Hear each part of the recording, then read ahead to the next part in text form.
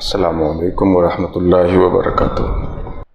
نحمدہ ونصلی ونسلم علی رسولہ الکریم، اما بعد، اعوذ باللہ من الشیطان الرجیم، بسم اللہ الرحمن الرحیم، وقل رب زدنی علما۔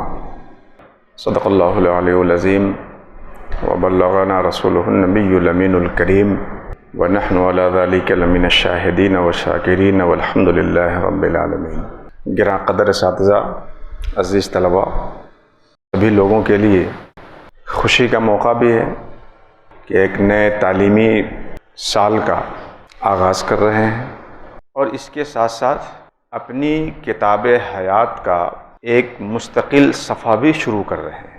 یوں تو انسان کی زندگی کا ہر دن اور ہر صبح ایک نیا صفحہ ہے، اور شمار کرنے والوں نے تو ہر سانس کو نیا صفحہ شمار کیا ہے، لیکن تعلیمی سیشن کے اعتبار سے یہ ایک نیا تعلیمی سال ہم سب شروع کر رہے ہیں۔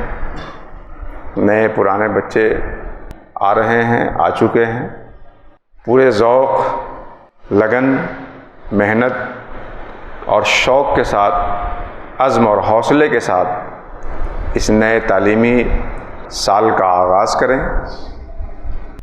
قرآن حکیم میں اللہ سبحانہ و تعالیٰ نے اپنے حبیب سرور دو عالم صلی اللہ تعالی علیہ وسلم کو یہ حکم دیا کہ قر رب زدنی علما۔ مصطفیٰ، آپ یہ دعا کریں، یہ کہیں کہ میرے رب میرے علم میں اضافہ فرما۔ سید الاولین والآخرین سرکار دو عالم صلی اللہ علیہ وسلم کو علم کے اضافے کی دعا کی تلقین کی گئی، زیادتی علم کی دعا کریے، اور آغاز بھی اقرأ باسم ربک ہے، تو علم سے سفر شروع بھی کرنا ہے، اور اس سفر کو جاری بھی رکھنا ہے زیادتی علم کی دعا اور اس کی کوششوں سے۔ علم انسان کی اصل پونجی ہے، انسان کا جو کمال ہے وہ علم ہے۔ اگر انسان کے اندر علم نہیں ہے، شعور نہیں ہے، آگہی نہیں ہے، صحیح اور غلط کی تمیز نہیں ہے، حق اور باطل کی پہچان نہیں ہے، تو ایسا شخص انسان کی شکل میں ایک غیر شعوری مخلوق کی حد تک گر جاتا ہے۔ علم و ہنر سے پاتی ہے انسانیت فروغ، انسان زندہ لاش ہے تعلیم کے بغیر۔ قرآن حکیم کا بڑا مشہور واقعہ ہے، حضرت آدم کی تخلیق کے پس منظر میں اللہ تعالیٰ نے اپنے ارادے کا فرشتوں کے سامنے اظہار فرمایا اور کہا انی جاعل فی الارض خلیفہ، روئے زمین میں اپنا نائب بنانا چاہتا ہوں، نائب بنانے جا رہا ہوں۔ فرشتوں نے کہا کیا ایسے کو نائب بنائے گا جو زمین پہ خوریزی کرے گا، فساد پھیلائے گا؟ اللہ نے فرمایا انی اعلم ما لا تعلمون، میں وہ جانتا ہوں جو تم نہیں جانتے ہو۔ پھر اللہ تعالیٰ نے حضرت آدم کو تمام اسماء کا علم عطا فرمایا، اور فرشتوں کے سامنے حضرت آدم کو پیش کیا، اور فرشتوں سے کہا کہ تم اسماء کا علم بتاؤ، انبئونی باسماء ہؤلاء۔ فرشتوں نے کہا سبحانک لا علم لنا، ہمیں تو اس کا علم ہی نہیں ہے۔ پھر حضرت آدم سے کہا گیا کہ آپ بتائیے، تو حضرت آدم کو تو علم ملا ہوا تھا، آپ ان تمام اسماء کا علم بتاتے ہیں۔ اور پھر فرشتوں کو حکم آتا ہے کہ آدم کو سجدہ کرو۔ تو آدمیت کی اصل دولت وہ علم ہے، انسان کا اصل سرمایہ وہ علم ہے۔ علم سے مراد جو معلوم نہیں تھا اس کو معلوم کر لیا، یہ علم کی سیڑھی ہے۔ علم سے مراد یہ ہے کہ آپ کے اندر جو انسان ہے وہ جگ جائے، ایسا جگ جائے کہ معلومات کا جو ذخیرہ آپ کے پاس ہے اس کے ذریعے سے آپ غیر معلوم کو معلوم کرنے کی صلاحیت اپنے اندر حاصل کریں۔ اصل علم یہ ہے، جیسے کھانا بنانا ہو اور لکڑی پہ لکڑی لا کے ڈالتے جائیے اس میں، اور اس میں آگ لگائے ہی نہیں، تو چاہے 4 ٹرک لکڑی لگا دیں، ایک لکڑیوں کا ذخیرہ تو جمع ہو جائے گا، لیکن وہاں پہ روشنی نہیں آئے گی۔ اور جو لکڑی ہے اسی میں اگر آگ لگا دیں تو تاریکی بھی ختم ہو جائے گی اور کھانا بھی بن جائے گا۔ تو علم کے نام پر اپنے ذہن کو لائبریری بنانا یہ علم کا مقصد نہیں ہوتا۔ اس کے لیے تو لائبریری خود اپنے مستقل وجود کے ساتھ ہے، اور اس زمانے میں تو ای لائبریری کا چلن آ گیا ہے، انگلیوں میں لائبریری رقص کر رہی ہے انسان کے۔ اصل چیز یہ ہے کہ جو معلومات ہمارے سامنے آ رہی ہیں ان میں فہم اور اس سے کسی غیر معلوم چیز تک رسائی۔ امام بخاری نے بڑا پیارا باب بخاری کے اندر کتاب العلم میں قائم کیا ہے، فہم فی العلم کے عنوان سے، کہ علم دراصل حاضہ مانے یہ، ذالکہ مانے وہ۔ علم دراصل یہ نہیں ہے، یہ علم تک پہنچانے والا ہے۔ علم تو دراصل یہ ہے کہ جو کچھ آپ کو بتایا گیا اس سے وہ شعور آ جائے، جس سے ایسی چیز تک آپ پہنچ جائیں جس تک عام طور پہ آدمی نہیں پہنچ پا رہا ہے۔ اور اس باب کو قائم کر کے امام بخاری نے ایک بڑی پیاری روایت اس میں ذکر کی ہے۔ اللہ کے رسول صلی اللہ علیہ وسلم تشریف فرما تھے، صحابہ کی ایک جماعت تھی، اسی بیچ کھجور کے گچھوں کو کسی نے آ کے سرکار کی خدمت میں ہدیتاً پیش کیا۔ کھجور، اس کھجور کو دیکھ کر نبی کریم صلی اللہ علیہ وسلم نے فرمایا کہ ان من الشجرۃ شجرۃ مثلھا مثل المسلم، درختوں میں سے ایک ایسا درخت ہے جو مسلمانوں کی طرح ہے۔ انبئونی ما ہی، بتاؤ تو وہ کون سا ہے؟ صحابہ کسی درخت کا، کوئی کسی درخت کا، کوئی کسی درخت کا نام بتاتے رہے، نبی کہتے رہے نہ وہ بھی نہیں، وہ بھی نہیں، وہ بھی نہیں۔ اسی مجلس میں عبداللہ ابن عمر بھی تھے۔ تو فتن کھجور جو سرکار کو دیا گیا اور اس کے بعد جو سرکار نے سوال کیا، اس سے انہوں نے جہت تلاش کر لی کہ آخر اس کھجور کے آنے کے بعد سوال کیا جا رہا ہے تو ضرور اس میں اور سوال میں کوئی نسبت ہوگی۔ ان کے دل میں بات آ گئی کہ وہ پودا کھجور کا ہوگا جس کی مثال مسلمانوں کی طرح ہے، جس کا پتا بھی کبھی نہیں جھڑتا ہے۔ لیکن چونکہ بڑے بڑے لوگ اس مجلس میں تھے، عبداللہ ابن عمر کہتے ہیں کہ فاستحییت، تو مجھے حیا آئی کہ بڑے لوگوں کے سامنے کیا کہوں۔ لیکن سب لوگوں نے سرکار سے کہا کہ آپ بتائیے، دیگر چیزوں کو بتاتے گئے، نبی نے کہا نا اور کچھ ہے، اور کچھ ہے۔ سرکار نے اخیر میں فرمایا کہ وہ کھجور کا پودا ہے۔ مجلس ختم ہوئی تو عبداللہ ابن عمر اس بات کو اپنے باپ عمر ابن خطاب سے بیان کرتے ہیں کہ ابا میرے دل میں بات آ گئی تھی، چونکہ میں نے دیکھ لیا تھا کہ کھجور سرکار کی خدمت میں پیش کیا گیا، تب سرکار نے یہ سوال کیا، اس سے میں نے پکڑ لیا، اور جو مناسبتیں تھیں کہ جس کا پتہ نہیں جھڑتا، یہ ہوتا ہے، وہ ہوتا ہے، لیکن آپ لوگ جب نہیں بول رہے تھے تو میں بھی نہیں بولا۔ عمر کہتے ہیں کہ بیٹا اگر تم نبی کی مجلس میں اس بات کو بتا دیے ہوتے جو تمہارے دل میں اللہ نے ڈال دیا تھا اور جو فہم تمہیں مل گیا تھا، تو میرے لیے سرخ اونٹوں سے بھی کہیں زیادہ یہ بات محبوب ہوتی۔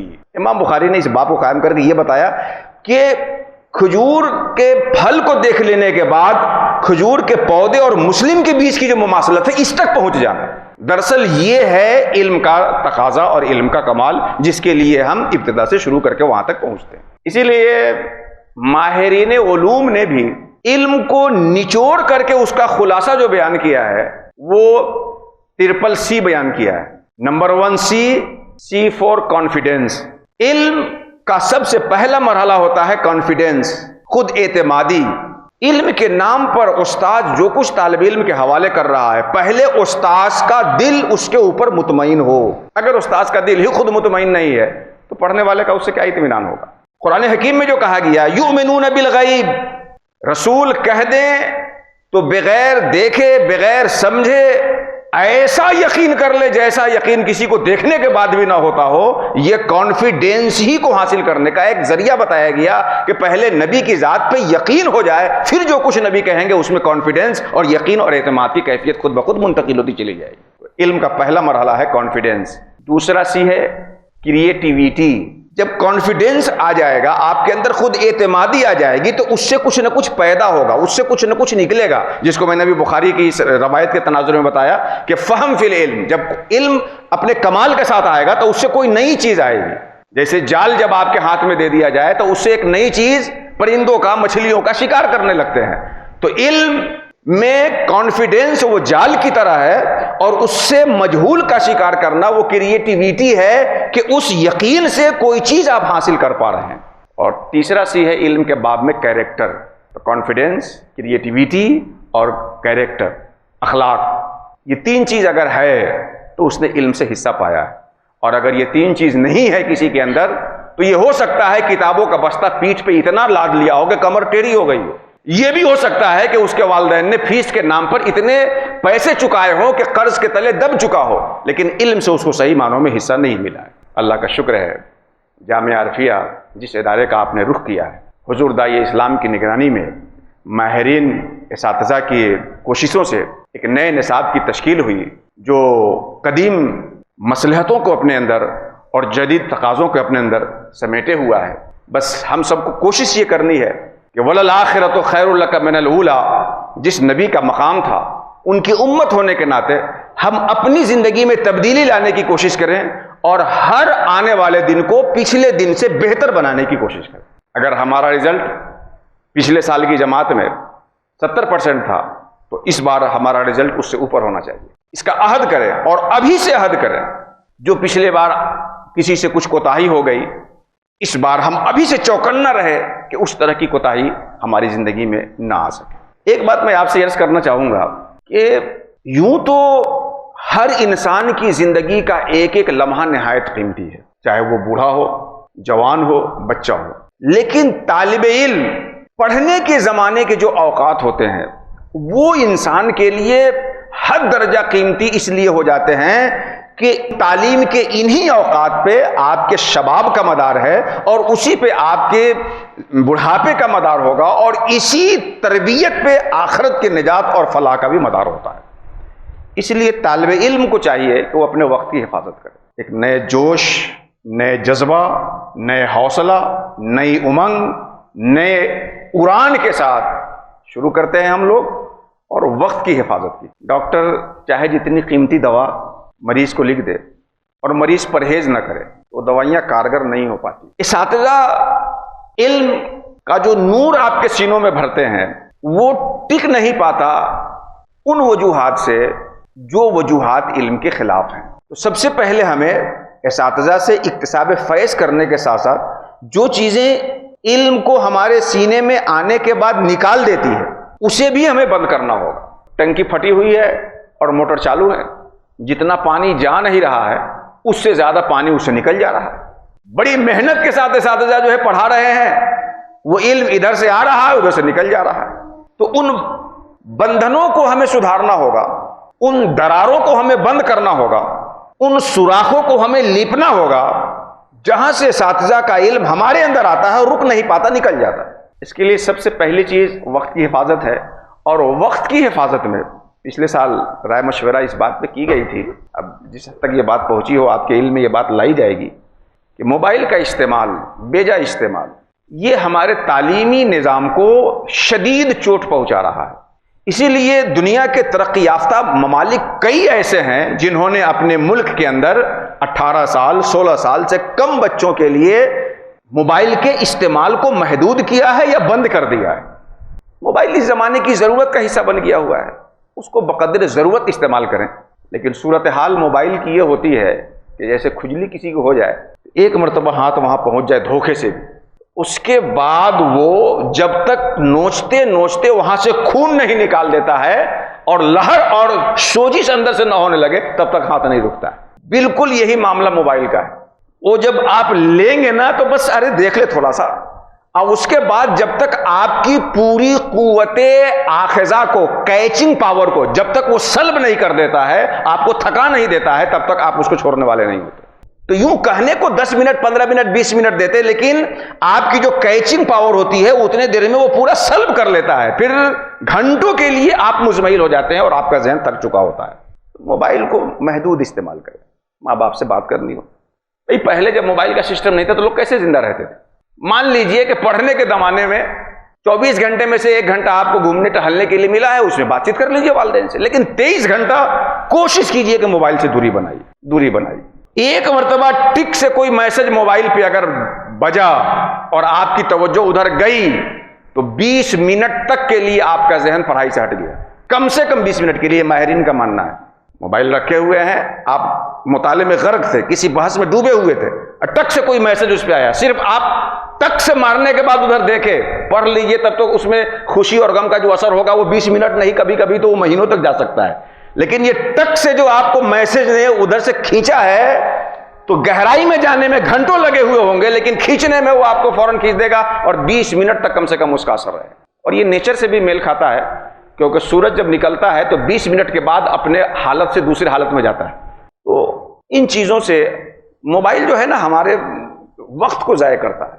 اچھا ایک چیز یہ جس کو میں بار بار اپنے بچوں سے شیئر کرتا ہوں اور پھر میں کہتا ہوں، بچے کہتے ہیں کہ جی ہم لوگ تو کام ہی کرتے ہیں، ہوم ورک ہی کرتے ہیں، تکرار ہی کرتے ہیں، پتہ نہیں وقت چلا کہاں جاتا ہے، پتہ ہی نہیں چلتا وقت کیسے گزر جاتا ہے۔ شیطان جو ہے جب آپ ایک بار زیادہ وقت اس کو نہیں دیں گے تو کئی بار میں تھوڑا تھوڑا وقت آپ سے لے گا۔ وہ جیسے 1 گھنٹہ آپ بیٹھ کر کے فالتو کام کچھ نہیں کریں گے تو وہ 10 کاموں میں جو کام 15 منٹ میں ہو سکتا ہے وہ 20 منٹ میں کروائے گا آپ سے۔ تو 10 میں جب 15 منٹ کا کام 20 منٹ میں کرائے گا تو 10 × 50 اس طرح سے 50 منٹ آپ کا لے لیا ہو۔ اس لیے جو کام آپ کا 10 منٹ میں ہو سکتا ہو پڑھائی کے لیے کوشش کیجئے کہ 9 منٹ میں کیجئے. 10 کام اگر 10 منٹ میں ہونے والا 8 منٹ میں کر لیں گے تو 20 منٹ پڑھائی کے لیے بچ جائے گا آپ کا. ناشتے کے لیے گئے, اب بھائی آدھا گھنٹہ وقفے کا ہوتا ہے, ایک وقت پورے بچہ پہنچ جاتے ہیں ناشتہ کرنے کے لیے, گھنٹی ختم وقفے کی, ابھی ناشتہ ہی نہیں ملا ہوا ہے. اب وہ جلدی جلدی جلدی جلدی چبائے, کھانا بھی نہیں چاہیے, وہ آپ کے ہاضمے پہ بھی اثر پڑتا ہے. اور بھاگتے بھاگتے بھاگتے بھاگتے آئے جب تک کلاس شروع ہو چکا ہے. جب مسجد میں آئیے اور جماعت کھڑی ہو گئی ہو تو بھاگنے کا حکم نہیں ہے, کیونکہ بھاگ کے جب آپ جائیں گے تو بھلے کلاس میں انٹری مار دیے, لیکن وہ ہانپنا آپ کا اتنا لگا رہے گا 10 منٹ تک کہ وہ استاذ کے سننے کے سامنے خود اپنی سنتے رہیں گے. وہ یہ سب چیزیں ہیں جو ہمارے کلاس کو متاثر کرتی ہیں. قطرہ قطرہ دریا بھی شود, تھوڑا تھوڑا بچائیں گے وقتوں کو تو ایک اچھا خاصا وقت مل جائے گا, اور تھوڑا تھوڑا گنوائیں گے تو مجموعہ ایک اچھا خاصا آپ کے وقت کا ضائع ہو جائے گا. اپنے وقت کی حفاظت کریں, پچھلے سال سے اس سال کے رزلٹ کو اچھا سے اچھا کرنے کی کوشش کریں. اس میں جہاں کہیں کوئی آپ کو دقت ہو, ایک بات میں عرض کر دوں کہ کہیں آپ کو دوران درس دقت ہو تو اس دقت کو ششماہی امتحان تک انتظار مت کیجیے رزلٹ کی صورت میں ظاہر ہونے کے لیے. اگر کہیں آپ کو تعلیم میں کوئی دقت ہو رہی ہے تو جس شعبے کے استاذ ہیں پہلے ان سے آپ ملیے, رابطہ کیجئے, ایک چیز کو بار بار سمجھنے کی کوشش کیجئے. ان سے نہ سمجھ میں آئے دیگر استاذ سمجھیے. کبھی کبھی ایسا ہوتا ہے کہ بڑے ماہر استاذ ہیں اور کسی طالب علم کو ان سے نہیں سمجھ میں آ رہا ہے اور دوسرا اس سے کم مہارت رکھنے والا وہ سمجھا لیتا ہے. ایسا ہوتا ہے. اس لیے اگر ہم سے کوئی سمجھنے آیا اور ہم سے نہ سمجھا اور دوسرے سے سمجھنے گیا تو ہم کو برا بھی نہیں ماننا چاہیے, اور میں یہاں کے ساتھ جیسے اس طرح کی امید بھی نہیں کرتا ہوں. حضور داعی اسلام کا فیضان کرم ہے, وہ ہم سب کے لیے اس بات کی کوشش کرتے ہیں کہ دل میں اس طرح کی گندگی نہ آنے پائے, اور اللہ تعالی ہم سب کے دلوں کو صاف فرمائے. لیکن ایسا ہوتا ہے کبھی کبھی. آپ یہ بھی مت سمجھیے کہ فلاں مولانا صاحب تو بڑے قابل مانے جاتے ہیں, ان سے تو سمجھ میں آیا نہیں, تو دوسرے سے کیوں پوچھیں. کہا جاتا ہے کہ اونٹ جب گم ہو جاتا ہے اور طلب کا شوق جنون کی حد تک پہنچ جاتا ہے تو آدمی چارپائی کے اندر جا کر کے اونٹ ڈھونڈتا ہے. بات سمجھ میں آ رہی کہ نہیں آ رہی ہے؟ تو جو بات سمجھ میں نہیں ہے وہ طالب علم ہی کیسا کہ بغیر سمجھے آگے بڑھ رہا ہے. جہاں نہیں سمجھ میں آئے اساتذہ سے پوچھیے, جب تک سمجھ میں نہیں آئے ہار مت مانیے. ہمارے بچوں کا ایک سوال یہ رہتا ہے کہ مولانا صاحب ہم لوگ پڑھتے تو ہیں مگر یاد ہی نہیں رہتا, بھولا جاتا ہے. اکثر ہمارے بچوں کا ایک سوال ہوتا ہے, حضرت پڑھتے تو ہیں, 3 بار پڑھا ہے 4 بار پڑھا ہے مگر یاد ہی نہیں رہتا ذہن میں. رسالہ مکیہ میں علامہ قطب دمشقی نے مشائخ کے حوالے سے بڑی پیاری بات کہی ہے کہ علم کو جب عمل کی جنزیر سے باندھ لیا جائے تو وہ آپ کا قیدی بن جاتا ہے. علم کو عمل کی جنزیر سے باندھ لیں تو وہ آپ کے قبضے میں آ جاتا ہے, پھر آپ جیسے چاہے ویسے استعمال کریں. اور صرف سنا اور اس کو عمل کے پردے, عمل کے سطح تک نہیں لایا, عمل کی شکل میں نہیں ڈھالا تو وہ ادھر کی بات سنی ادھر نکل گئے. تو کوشش یہ کریں کہ جو کچھ آپ پڑھتے ہیں اس کو عمل کی جنزیر سے باندھ دیں. فائل ہمیشہ مرفوع ہوتا ہے, جب بھی فائل ہے اس کو مرفوع کیجئے. کہاں غائب ہوتا ہے فائل کا مرفوع ہونا؟ اسی طریقے سے جو بھی پڑھیے حتی الامکان اس کو عملی زندگی میں لائیے. جیسے کہا نا کہ اس کانفیڈنس سے, یقین کے پیٹ سے عمل کا بچہ پیدا ہونا چاہیے. عمل کی صورت میں جب اس کو ڈھال دیں گے یہ جو مسئلہ ہے بھولنے کا یہ بہت حد تک کم ہوگا. ایک دوسرا سبب ہے بھولنے سے بچنے کے لیے کہ اپنا ایک لائف سٹائل اس طرح بنائیے, طریقہ حیات, کہ کبھی ایسے کبھی ایسے کبھی ویسے کبھی ویسے, لاؤبالی پن اس طرح کا مت کریے. ایک منظم اپنی زندگی کا نظام الاوقات مرتب کیجئے کہ جو کام ہمیں جب کرنا ہے تب کرنا ہے, جو چیز جہاں رکھنی ہے وہاں رکھنی ہے. اگر آپ اپنا قلم اپنے روم میں صرف ایک جگہ پر ہی رکھتے ہیں تو لائٹ کٹ جائے گی, تب بھی اندھیرے میں جا کے وہاں سے اٹھا لیں گے. اور کبھی یہاں رکھ دیا, کبھی وہاں رکھ دیا, کبھی وہاں رکھ دیا, تو لائٹ کیا دن میں رہنے کے باوجود کبھی کبھی آدمی بھول جاتا ہے یار یہاں نہیں ہے تو کہیں وہاں تو نہ ہوگا, وہاں نہیں ہے تو وہاں تو نہیں ہوگا. یہ لاؤبالی پن ہے. ان چیزوں سے بھی آدمی کے ذہن پہ زیادہ زور پڑتا ہے اور آدمی بھولنا شروع کر دیتا ہے. تو اپنی زندگی کے طریقے کو صحیح کیجیے, وقت کو منظم کیجیے, اور ایک نئے جوش کے ساتھ, نئے اخلاص کے ساتھ, نئے جذبے کے ساتھ اس نئے تعلیمی سال کا آغاز کیجیے. اللہ سبحانہ و تعالی خلوص للہیت کے ساتھ ہم اساتذہ کو, جملہ منتظمین کو, آپ کے والدین کو اور آپ کو اس مشن میں لگنے کی توفیق عطا فرمائے.